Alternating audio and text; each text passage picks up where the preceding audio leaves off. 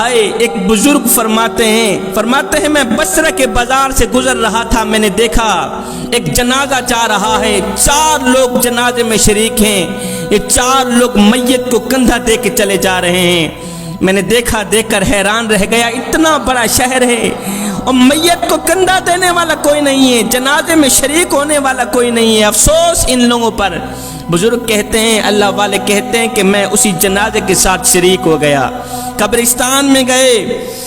جنازہ پڑھا، تدفین کرنے کے بعد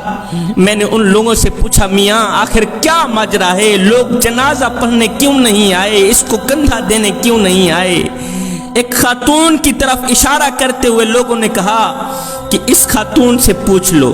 میں اس خاتون کے قریب گیا، خاتون نے دونوں ہاتھ اٹھائے، دعا کی، پہلے تو رونے لگی پھر ہنسنے لگی۔ میں نے ماجرا پوچھا، مائی آخر کیا وجہ ہے؟ 4 لوگ کندھا دینے والے ہیں، جنازہ پڑھنے والے ہیں، ان 4 کے علاوہ بھرے شہر میں کوئی تمہارا رشتہ دار نہیں ہے۔ اس خاتون نے کہا، بھائی یہ جو مرا ہے یہ میرا بیٹا ہے، یہ بہت ہی گنہگار تھا، بدکار تھا، سیاہکار تھا،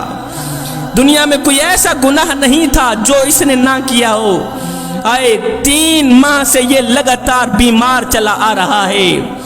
ایک ہفتہ گزر جاتا تھا، میرا بیٹا کچھ نہیں کھاتا تھا، حلق کے نیچے پانی نہیں جاتا تھا، کوشش کرتا تھا پانی پینے کی لیکن نہیں پی سکتا تھا۔ میں کہتی ہوں، بیٹے تو نے ساری زندگی غفلت میں گزار دی، گناہوں میں گزار دی، اللہ کو کیا منہ دکھائے گا، اللہ تعالیٰ تجھے بخشے گا؟ میرا بیٹا آگے جواب دیتا، ماں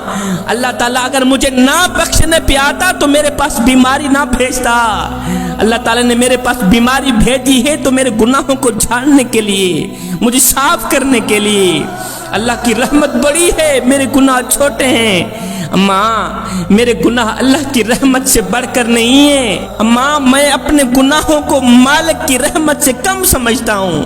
میں اللہ کے کرم کو اپنے گناہوں سے زیادہ سمجھتا ہوں۔ خاتون نے کہا کہ ابھی پچھلی رات کی کہانی ہے، میرا بیٹا جب مرنے پہ آیا تو مجھے کہہ رہا ہے، ماں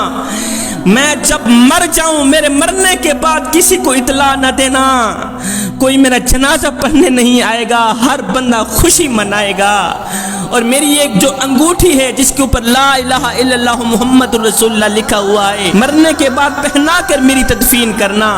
اس لیے کہ جب میں قبر میں جاؤں گا منکر نکیر پوچھیں گے تو میں لا الہ الا اللہ محمد رسول اللہ پڑھ کر انہیں سناؤں گا، انہیں پتہ چلے گا کہ یہ کلمہ پڑھ کر مرا ہے۔ اور ہاں ماں اگر ہو سکے تو تھوڑی دیر کے لیے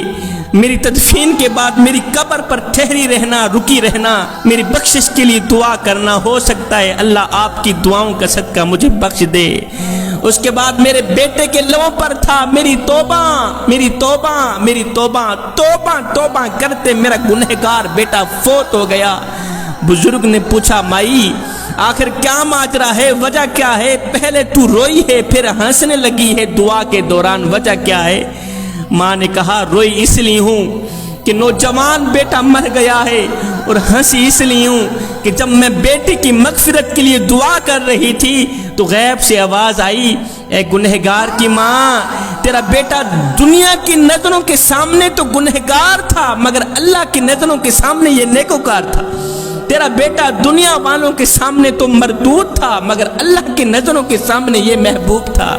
تیرا بیٹا توبہ توبہ کرتے مرا ہے، ہم نے تیرے بیٹے کی توبہ قبول فرما لی ہے، ہم نے تیرے بیٹے کو بخش دیا۔ جوانوں مرنا تو ویسے ہی ہے، شراب پی کر نہ مرنا، چرس سے بھنگ پی کر نہ مرنا، مرنا تو نماز کی حالت میں مرنا، توبہ توبہ کرتے مرنا۔